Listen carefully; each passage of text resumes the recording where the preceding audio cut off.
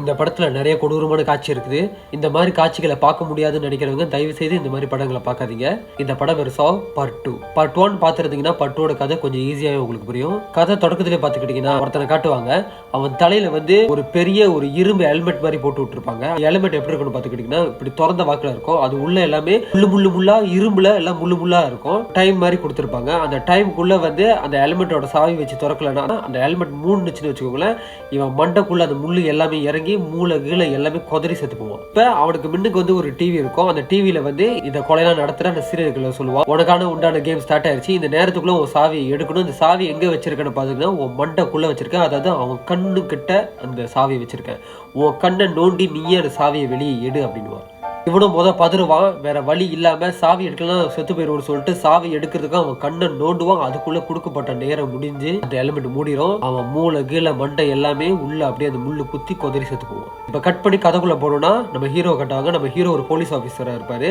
அவரோட மகன் ஏதோ ஒரு சின்ன தப்பு செஞ்சு போலீஸ் ஸ்டேஷன்ல உட்கார வச்சிருப்பாங்க. நம்ம ஹீரோவும் போவாரு, நேரம் மகனை போயிட்டு கூட்டிகிட்டு வந்துருவாரு. ஹீரோ மகன் கிட்ட ஒரு போலீஸ்கார மாதிரி இருந்துப்பாரு, நடந்துகிட்டு ஏசுவாரு, இந்த மாதிரி நீ பண்ணக்கூடாது ஏசுவாரு. நம்ம ஹீரோட மகன் நம்ம ஹீரோ கிட்டே எதிர்த்து பேசிட்டு போயிருவாரு. நம்ம ஹீரோக்கும் அவர் மகனுக்கும் அப்பா புள்ளன்ற இருக்கிற அந்த உறவு அவங்க ரெண்டு பேருக்குள்ள கொஞ்சம் சரியா இல்ல போல. இப்ப இந்த கொதறி போய் செத்து கிடப்பான இவனோட கேஸ் நம்ம ஹீரோ கிட்ட போவோம். நம்ம ஹீரோக்கு கால் பண்ணி கூப்பிடுவாங்க. இறந்து போன ஸ்பாட்க்கு போய் பாப்பாரு. அங்க யாரு இருப்பான்னு பாத்தீங்கன்னா அந்த லேடி போலீஸ் ஆபீசர். அவங்க யாரு பாத்தீங்கன்னா பார்ட் 1 பாத்துருந்தா தெரிஞ்சிருக்கும். அந்த பார்ட் 1ல இந்த கேஸ் எல்லாமே எழுதிக்கிட்டு இருந்த அந்த பொம்பளை லேடி போலீஸ் ஆபீசர் இருப்பாங்க. நம்ம ஹீரோ வருவாரு. ஹீரோ சொல்லுவாரு, நீ தானே இந்த கேஸ் எல்லாம் இது பண்ணிட்டு இருக்க, இப்ப எதுக்கு என்ன கூப்பிட்ட அப்படின்ற மாதிரி. லேடி போலீஸ் ஆபீசர் சொல்லுவாங்க, நீ கீழே பார்த்தது போதும், கொஞ்சம் மேல பாரு அப்படின்னு. அங்க என்ன எழுதி இருக்கணும் பாத்தீங்கன்னா நம்ம ஹீரோ அவரோட டீட்டெயில் மேல எழுதி இருக்கும்.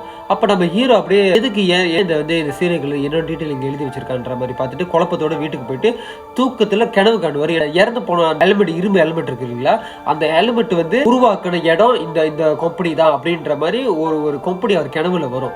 அப்ப அந்த கனவுல அந்த கம்பெனியை கண்டுபிடிச்சி நேரம் இவரும் ஒரு டீமும் அந்த இடத்துக்கு போவாங்க.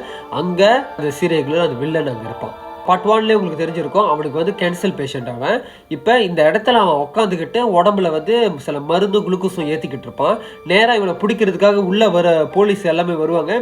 அங்க டிவி சில நிறைய டிவி இருக்கும். அந்த டிவி எல்லாமே நம்ம ஹீரோ என்ன பண்ண திறந்து பார்ப்பாரு. அந்த ஒரு டிவியில லைவ் ஓடிக்கிட்டு இருக்கும். அந்த லைவ்ல ஒரு 7-8 பேரை உள்ள அடைச்சு வச்சிருப்பான். அதுல நம்ம ஹீரோட மகனும் இருப்பாரு. இப்ப ஹீரோவுக்கு செம்ம கடுப்பாகி நேரா அந்த வில்லன் கிட்ட போய் அடிக்கலான்னு போவாரு.